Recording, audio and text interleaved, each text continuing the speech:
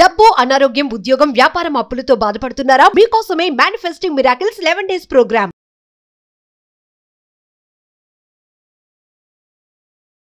నమస్కారం అండి, డాక్టర్ శ్రీ ఆచార్య అనంతకృష్ణ స్వామి గారు. నమస్కారం sir, first of all congratulations. దుబాయ్లో క్లాస్ సక్సెస్ఫుల్గా కంప్లీట్ చేసి వచ్చినందుకు. చాలామంది మంచి మంచి ఫీడ్బ్యాక్స్ ఇచ్చారు, నేను కూడా కొన్ని విన్నాను. చాలా హ్యాపీ అనిపించింది. లాస్ట్ టైం మనం ఆడవాళ్ళకు సంబంధించి చాలా ఎపిసోడ్స్ చేస్తున్నాం. నేను అదే పనిగా కొన్ని కామెంట్స్ చూశాను సార్. పిసినర్తనం చేయొద్దని, గట్టిగా అరవద్దని, నెగిటివ్ చాంటింగ్ అనుకోకుండా తెలియకుండా అన్కాన్షియస్గా మనమే చేస్తూ ఉంటామని. ఇలా తెలియకుండా ఆడవాళ్ళు రెగ్యులర్ లైఫ్కి సంబంధించి చాలా చేస్తూ ఉంటుంటాం. దానివల్ల మనీ ఎఫెక్ట్ పడుతూ ఉంటుంది, పర్సనల్గా మన ఆలోచనలు కూడా నెగిటివ్ ఇంపాక్ట్ చూపించే అవకాశం ఉంటుంది. ఆడవాళ్ళు ఇంకా ఏ ఏ విషయాల్లో జాగ్రత్తలు వహించాలి అంటారు? డబ్బు రావాలంటే ఇంకేం చేయాలి? గజం కేవలం 23,000 రూపాయలతో 165 గజాల భూమి కేవలం 38 లక్షలు మాత్రమే. గట్టిగా రోవడం మానేయాలి. ఫస్ట్ ఇంట్లో గట్టిగా రోడాలనేది మానేయాలి. ఎలా చెప్పాలంటే ఓ సాగదీస్తూ చెప్పొద్దు. రెండోది ఏంటంటే ఆ ఎంత పెద్ద చెప్పే వాక్యాన్ని చిన్నగా చేసుకొని మామూలుగా ఒక చిన్న ఎగ్జాంపుల్ చెప్తాను నేను మీకు. ఒక పిల్లాడు ఉన్నాడు, మాటి గట్టిగా తలిపేస్తున్నాడు. ఇప్పుడు మీరైతే ఏం చెప్తారు? అరే గట్టిగా ఎగిరా తలపని అంటామా లేదా? అంటాం. ఆ గట్టిగా ఎగిరా తలపనప్పుడు వాడు మైండ్లో గట్టిగా అనేది ఫిక్స్ అయిపోతుంది. అర్థమైంది? కాబట్టి ఎన్నిసార్లు చెప్పినా వాడు టక్కుమనేసి గుర్రమని పరిగెడతాడు వాడు. అవునా కదా?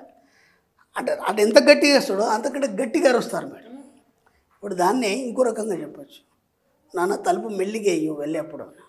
ఆ గట్టిగా అనేది వాడు మైండ్లోంచి వెళ్ళిపోతుంది. మెల్లిగా అనేది వాడు మైండ్లో ఉండి అప్పుడు నీట్గా మెల్లగా వేసేసి మీరు అంత గట్టిగా అరవాల్సిన అవసరం లేదు. అర్థమైందా? అలా చిన్న చిన్న వాక్యాల్ని మనం మార్చుకోవాలి. మనకేం కావాలి, ఎలా కావాలి, వాటిని మీరే వీలైనంత మటుకి. నేను ఎన్నోసార్లు చెప్పాను, మీరు ఏంటంటే ఉదయం లేచి నుంచి పడుకునే వరకు పిల్లల గురించి ఆలోచించడం, భర్త గురించి ఆలోచించడం, ఫ్యామిలీ గురించి ఆలోచించడం, ఫైనాన్షియల్ గురించి ఆలోచించడం. మీరు తెస్తారా తర్వాత సంగతి. కాకపోతే ఇవన్నీ మీకెందుకు స్ట్రెస్? బాధ్యతలు వహించండి, ప్రేమలు పెంచుకోకండి. ఆ తల్లి ప్రేమ ఉండద్దా? అవన్నీ వేరే, నేను గతంలో చెప్పాను. ఎందుకంటే అవన్నీ ఎక్కడి నుంచి ఉద్భవిస్తాయి తర్వాత ఎపిసోడ్లో చెప్పుకుంటాం మనం. నిజమైన స్వచ్ఛమైన ప్రేమ, కల్తీ లేని ప్రేమ, అసూయ, ఈర్ష్య, ద్వేషం ఇవన్నీ మన నుంచి దూరం అయిపోవాలి. అయిపోయిన తర్వాత అప్పుడు స్వచ్ఛమైన ప్రేమ అనేది ఉద్భవిస్తుంది మనకి. ఓకేనా? ఇప్పుడు మీకు అర్థం కాదు సబ్జెక్ట్. ఇప్పుడు ఏమోసారి ప్రేమ ఉండొద్దు అంటాడు ఆయన, జాలీకరణ దయ ఉండొద్దు అంటున్నాడు. డబ్బు విషయంలో ఉండొద్దు. ఓకే, అన్నిటి పట్ల మనం బాధ్యత మాత్రం వహిస్తాం. ఓకేనా? అలాంటప్పుడే డబ్బు మీ దగ్గరకు వస్తుంది. ఇంకేం చేయాలి? ముఖ్యంగా ఏంటంటే మనకు సెంటిమెంట్లు ఎక్కువ కదా. చెల్లి వచ్చేస్తుంది, ఏడ్చేస్తుంది, అక్క నా పరిస్థితి అని. పొద్దాక దాని దరిద్రాలన్నీ వింటాం మనం. అర్థమైందా? నువ్వు బాగానే ఉన్నావు, నువ్వు మంచి కోటేశ్వరరావు, మంచి భర్త దొరికాడు, నీ ఫ్యామిలీ బాగుంది. అక్క అనే సెంటిమెంట్తో వస్తుంది. వచ్చేసి వీళ్ళిద్దరే కదా చిన్నప్పటి నుంచి అనుకోకుండా వాళ్ళ పరిస్థితి బాగాలేదు, ఏదో లాస్ అయింది, లేకపోతే ఏమైంది. ఆ పొద్దాక అవి చెప్తా ఉన్న కొద్దీ మీరు వింటూ ఉంటారు. ఓకేనా? విన్నప్పుడు ఏమవుతుందంటే మీ సబ్ కాన్షియస్ మైండ్ అవే తీసుకుంటుంది. ఇప్పుడు మీకు ఏమనిపిస్తుంది? నువ్వు తప్ప ఇంకెవరు లేక అనేది హెల్ప్ చేయాలనిపిస్తుంది. ఓకేనా? అట్లా చాలామంది నా దగ్గరకు వచ్చి కంప్లైంట్ చేసిన వాళ్ళు ఎక్కడో డబ్బులు ఇప్పించడం కానీ, ఏదో చేయడం కానీ, ఏదో చేసేసి మళ్ళీ మోసపోవడం. సొంత చెల్లి అడగలేదు, ఆయన భర్తకు చెప్పలేదు, ఎందుకంటే భర్తకు తెలియకుండా ఇప్పించింది. అట్లా కూడా చేస్తారు సార్. ఇవి ఈ క్రైసిస్లో ఇరుక్కోవద్దు, మా ఎక్కడ కూడా ఇరుక్కోవద్దు. ఎందుకంటే ఎవరు భాగ్యాన్ని ఎవరు పంచుకోలేరు, ఎవరి భాగ్యాన్ని ఎవరు లాక్కోలేరు, ఎవరి దరిద్రాన్ని ఎవరు పంచుకోలేరు. నీ భాగ్యం నీదే. అవి నువ్వు ఎందుకు పంచుకుంటావు? వాల్మీకి మహర్షికి నారదుడు అన్నాడు కదా, మహాపాపాలు చేస్తున్నావయ్యా నువ్వు అంటే, నా భార్య పిల్లలు లేరా పంచుకోవడానికి అన్నాడు ఆయన. ఒకసారి అడిగిరా అన్నాడు ఆయన. వెళ్ళిన తర్వాత భార్య పిల్లలకి అడిగాడు ఫస్ట్, ఏరా మా బాగా పాపాలు చేశానంట, మరి మీరు ఏమైనా పంచుకుంటారంటే, ఎవడన్నా పుణ్యం పంచుకుంటే పాపం పంచుకుంటాం అన్నాడు. తర్వాత మళ్ళీ భార్యకు అడిగాడు, దాంట్లో ఇష్టమైన భార్యకు అడిగాడు. వాళ్ళు అన్నారు, మీరేమైనా చేస్తే పుణ్యం మాకు వస్తుంది కానీ పాపం రాదు కదా, శాస్త్రం చెప్తుంది కదా, మేము ఎలా పంచుకోవాలి. అప్పుడు ఆయనకు ఒక్కటిసారి తల పాడైపోయి మళ్ళీ ఏమంటే, అయ్యా ఇది పరిస్థితి మీరు చెప్పిందే కరెక్ట్, ఎవరు కూడా పాపం పంచుకోలేనంట, నేనేం చేయాలన్నాడు. రామ అన్నాడు. ఆయన కనరాలేదు పాపం. ఆ మర్రి చెట్టు కింద ఈ మర్రి చెట్టు మధ్యలో కూర్చోబెట్టేసి ఆ మర్రి ఈ మర్రు అని అన్నాడు. ఆ మర్రి ఈ మర్రి రామ అలా ఆయన జన్మాన్ని ధన్యం చేసుకున్నాడు. కాబట్టి ఎవరి సమస్యలతో నీకేం అవసరం లేదు, ఎవరి సమస్యలను నువ్వు పట్టించుకోవద్దు. మన సబ్జెక్ట్లో ఆడవాళ్ళ విషయంలో చాలా చూసాను. చాలామందికి ఏంటంటే ఒక సెంటిమెంట్, ప్రేమ, ప్రతి పక్క వాళ్ళు ఏదో కొద్దిగా పరిచయం అయినారా, ఆ పడిగిరని అని చెప్తారు. చెప్పేదనే ఇక వాళ్ళ సమస్యలన్నీ వీళ్ళకే. వాళ్ళతో ఉంచుకుంటే పర్లేదు, ఇంటికి వచ్చినాక భర్తతో కూడా అవన్నీ చెప్తారు. మీకేం అవసరం? మన సబ్జెక్ట్లో మౌనం వహించాలి, ఎవరితోని మాట్లాడొద్దు, ఎవరి సమస్యలని మనం తెలుసుకోవద్దు. ఓకే, మన సమస్యల్ని వాళ్ళకి చెప్పొద్దు. మన సబ్జెక్ట్లో ఉన్నాయి రెండు. కానీ మనకేంటంటే ఎక్కువ ఏముంటుందంటే జాలి అనేది మన మీద చూపించాలి. ఎయిటి వాళ్ళు జాలి అనేది చూపిస్తే మనం ఫీల్ అయిపోతాం. అందుకని చెప్పేసి మన సమస్యలు కానీ లేకపోతే మన ఇంట్లో జరిగిన విషయాలన్నీ పక్కలకు చెప్తాం మనం. అర్థమైందా? వాళ్ళు కొద్దిగా కదిలిస్తే అన్నీ చెప్పేస్తాం మనం. ఏమైనా చెప్పాలనుకుంటే మంచిగా చెప్పండి. ఓకేనా? ఇప్పుడు ఏమవుతుందంటే మీ అత్తమ్మ కొంచెం స్ట్రిక్ట్గా చేసింది, మీరు ఆ మీద చాడీలు చెప్పారు. ఇప్పుడు ఏమవుతుంది, మీరు ఏదైతే చెప్తున్నారో చాడీలు అవి అఫర్మేషన్ కింద మారిపోయి ఆమె మంచిది కూడా మీరు ఏదైతే చెప్తున్నారో అలా తయారైపోతుంది. కోడలు మీరు చెప్తున్నారు సేమ్ యాస్టీగా, అమ్మాయి మంచిదే, ఏదో చిన్న తెలుసుకోవడంలో కొద్దిగా పొరపాటు జరిగింది, మీరు కాంప్లైంట్ చేశారు అమ్మాయి మీద, అయిపోయింది. ఆ అమ్మాయి అలాగే తయారవుతుంది. అంటే ఎయిటి వాళ్ళు అలా తయారు కావడానికి కారణం మీ అఫర్మేషనే. అర్థమవుతుందా?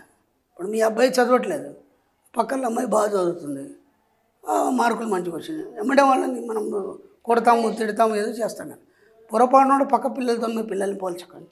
అర్థమైంది? ఎందుకంటే ఆ అమ్మాయి చేరిన స్థాయికి అబ్బాయి చేరకపోవచ్చు, అబ్బాయి చేరిన స్థాయికి అమ్మాయి చేరకపోవచ్చు. వీళ్ళు పిల్లలు గత జన్మలో వాళ్ళ సబ్కాన్షియస్ మైండ్లో ఏవైతే నింపుకొని వచ్చారో ఈ జన్మలో అదే తయారవుతారు. అర్థమైంది? కాబట్టి ఈ చిన్న ఏవైతే ఉన్నాయో ఇప్పటిదాకా నేను చెప్పిన ఇవన్నీ, వీటన్నిటిని మ్యాక్సిమం అవాయిడ్ చేయండి. నేను చెప్పినట్టుగా చేయండి. ఫస్ట్ పాయింట్, మీ గురించి ఎవరికి చెప్పకండి. ఎందుకంటే మీ సమస్యలు కూడా తీర్చాడు. మీ భర్తనే తీర్చాలి, మీ మామయ్యనో లేదా అత్తమ్మనో మీరే చర్చించుకోవాలి, మీరే తీర్చుకోవాలి. ఓకేనా? ఎయిటి వాళ్ళ సమస్యలు అడగకండి. ఓకేనా? వాళ్ళు చెప్పినా సరే అక్కడి నుంచి పక్కకి వెళ్ళిపోండి. నాకు కొంచెం పని ఉందని చెప్పేసి అక్కడి నుంచి వెళ్ళిపోండి. ఓకే, నలుగురు ఆడవాళ్ళు కూర్చుంటే ఏదో వాళ్ళ సమస్యలే మాట్లాడుకుంటారు కదా. మన డబ్బు అనే విషయంలో ఏది మనం వినొద్దు నెగటివ్. ఓకేనా? ఒకవేళ పాజిటివ్ మాట్లాడి, నాకు ఎక్కడ కొన్నావో బాగుంది, ఎంత కొన్నావు ఇది బాగుంది, ఇంకా దీంట్లో ఏమేమి ఇవన్నీ ఉన్నాయి కదా. సంపద గురించి మాట్లాడండి, డబ్బు గురించి మాట్లాడండి, ఐశ్వర్యం గురించి మాట్లాడండి. మీ ఆయన ఏదో కొనిస్తాను ఇంకా కొనియలేదు, దాన్ని అఫర్మేషన్ చేయండి. అఫర్మేషన్ చేయాలన్నప్పుడు ఆయనకు డబ్బులు రావాలని అఫర్మేషన్ చేయండి. ఒక చిన్న మాట ఎవరన్నా మీ ఆయన అనగానే ఆయన మీద మనం ఎన్నో కంప్లైంట్ చేస్తాం మనం. ఓకేనా? మీరు తప్ప ఇంకెవరన్నా ఉన్నారా మీ మధ్యలో? ఇంకెవరు లేరు కదా. ఇప్పుడు ఆయన మంచిని కోరండి, ఆయన దగ్గర డబ్బులు రావాలని కోరండి, ఆయన గొప్ప గొప్ప వ్యాపారాలు చేయాలని కోరండి. అవన్నీ అఫర్మేషన్గా మారి ఆయన జీవితంలో చాలా మార్పు వస్తుంది. వచ్చి మీకు అన్నీ సమకూరుస్తాడు ఆయన. మనం ఏం చేస్తాం, చేసిందిలే ఇప్పటిదాకా చేసిండు, ఆ ఉన్నాయి కూడా అమ్ముకున్నాడు, ఇట్లాంటి కంప్లైంట్ చేస్తాం మనం. అది ఎందుకు జరిగింది? నిరంతరం మీరు నిరుత్సాహంలో ఉండి ఆయనను మనం ఏదో అనడం వల్ల అది అఫర్మేషన్గా మారి ఆయన జీవితంలో ఎదుగుదల లేకుండా పోయింది. నేను ఇంతకుముందు మన వీడియోలో నాగరాజు గారితో చెప్పినప్పుడు ఒక వీడియో చేశాను. బాగా డబ్బున్న అబ్బాయి ఉన్నాడు. ఆ బాగా డబ్బున్న అబ్బాయి పెళ్ళి చేసుకొని ఒక 5-6 నెలలు, ఒక ఏడాదిలో ఎలా లాస్ అయిపోతాడు. ఓకేనా? డబ్బు లేని అబ్బాయి ఉన్నాడు. ఆ అబ్బాయి కూడా పెళ్లి చేసుకొని ఒక 6 నెలలు, ఏడాదిలో ఎలా అప్పుల పాలైపోతాడు. ఇతని దగ్గరనే డబ్బు లేదు, అప్పుల పాలైనాడు. అతని దగ్గర డబ్బు ఉంది కదా, ఎందుకు అయినాడు? దాని మీద వీడియో చేశాను, అది మీరు చూడండి, ప్రేక్షకులకు చెప్తున్నా చూడండి. అంటే మనం ఏం చేయాలంటే మనం మాత్రం మన ఇంట్లో మన ఫ్యామిలీతో మాత్రం ఎప్పుడు కూడా ఎవరి గురించి ఎవరు నెగిటివ్ మాట్లాడరు. ఓకేనా? భర్త గురించి భార్య నెగిటివ్ మాట్లాడదు, భార్య గురించి భర్త నెగిటివ్ మాట్లాడదు. వీలైనంత మటుకు పాజిటివ్గా మాట్లాడాలి. ఇప్పుడు వాడికి అవకాశం ఉండదు కదా మనకి. ఇలా మీ ఆయన మంచిగా అని చెప్పండి, రోజు వచ్చి తాగుతాడు అవన్నీ మీకు సంబంధం లేదా. ఓకేనా? మిమ్మల్ని బాగా చూసుకుంటున్నాడు, అన్నీ బాగానే ఉన్నాయని చెప్పండి. ఇప్పుడు ఏమైతే అది అఫర్మేషన్గా మారి మీకు అన్నీ బాగా మారిపోతాయి అవి. ఓకేనా? ఇలా ఒకటి మార్చుకోండి. ఎందుకంటే నేను స్టార్టింగ్లో డబ్బు గురించి చెప్పాను. ఓకే, డబ్బు ఎలా వస్తుంది, దానికి సంబంధించినటువంటి వాక్యాలు మనం ఎలా చెప్పాలని చెప్పాను. ఇక్కడికి వచ్చేసరికంటే ముందు మీ జీవితాన్ని మార్చుకోవాలి. అంటే మీ చుట్టుపక్కల పరిసరాలు కానీ మీ జీవితం మీరు మార్చుకుంటే కానీ అవన్నీ రావు. అర్థమైందా? స్టార్టింగ్లో మనం ఇవన్నీ చెప్పినాం అనుకో, ఇలా ఎవరైనా చెప్తారా అనుకుంటారు. అందుకని చెప్తున్నాను, మన సబ్జెక్ట్లోకి రావాలన్నప్పుడు ఒకటి స్టెప్ బై స్టెప్ మార్చుకొని మీ యాటిట్యూడ్ని మార్చుకొని మెల్లిగా సబ్జెక్ట్లోకి రండి. కొత్త వాళ్ళ గురించి చెప్తున్నాను, పాత వాళ్ళకి అలవాటు అయిపోయింది, బాగా సంపాదిస్తున్నారు. మనం అచీవ్మెంట్స్ మనం చూస్తూ ఉన్నాం, ఇన్స్టాగ్రామ్లో పెట్టాం, మన వీడియోలో కూడా పెట్టాం. కాబట్టి నేను చెప్పినట్టు చేసుకోండి, మీరు అందరూ కూడా కోటీశ్వర్లు కావాలని నా కోరిక. Thank you so much sir. ఎందుకు అంటే చాలామంది ఆడవాళ్ళం సెంటిమెంట్స్, జాలి ఈ రెండింటి దగ్గరే ఆగిపోతాం, అక్కడే జీవితాలు ఆగిపోతూ ఉంటుంటాయి. ఇదే గొప్ప ఏమో అని ఫీల్ అవుతూ ఉంటుంటాం. బట్ అదే అవాయిడ్ చేయాలన్న పాయింట్ చాలామందికి తట్టదు. ఎందుకు మళ్ళీ అది లేకపోతే ఎట్లా? అది ఉండాలి. అది స్వచ్ఛంగా మీ లోపల నుంచి తర్వాత ఉద్భవిస్తుంది. సబ్జెక్ట్లో డెప్త్కి వెళ్ళిన తర్వాత, మీరు ఒక స్థాయికి వెళ్ళిన తర్వాత అప్పుడు తెలుస్తుంది, అరే ఇప్పటిదాకా మనం ప్రదర్శించింది అది స్వచ్ఛమైన ప్రేమ కాదు. ఇప్పుడు మీరు మీ పిల్లల్ని కాదు, బయట వాళ్ళ పిల్లల్ని ప్రేమిస్తారు, మొక్కల్ని ప్రేమిస్తారు, అర్థమైంది, జంతువుల్ని ప్రేమిస్తారు. మీకు తెలియకుండా అనంతమైన ప్రేమ మీలో నుంచి ఉద్భవిస్తుంది. మీరు స్ప్రెడ్ చేయగలుగుతారు.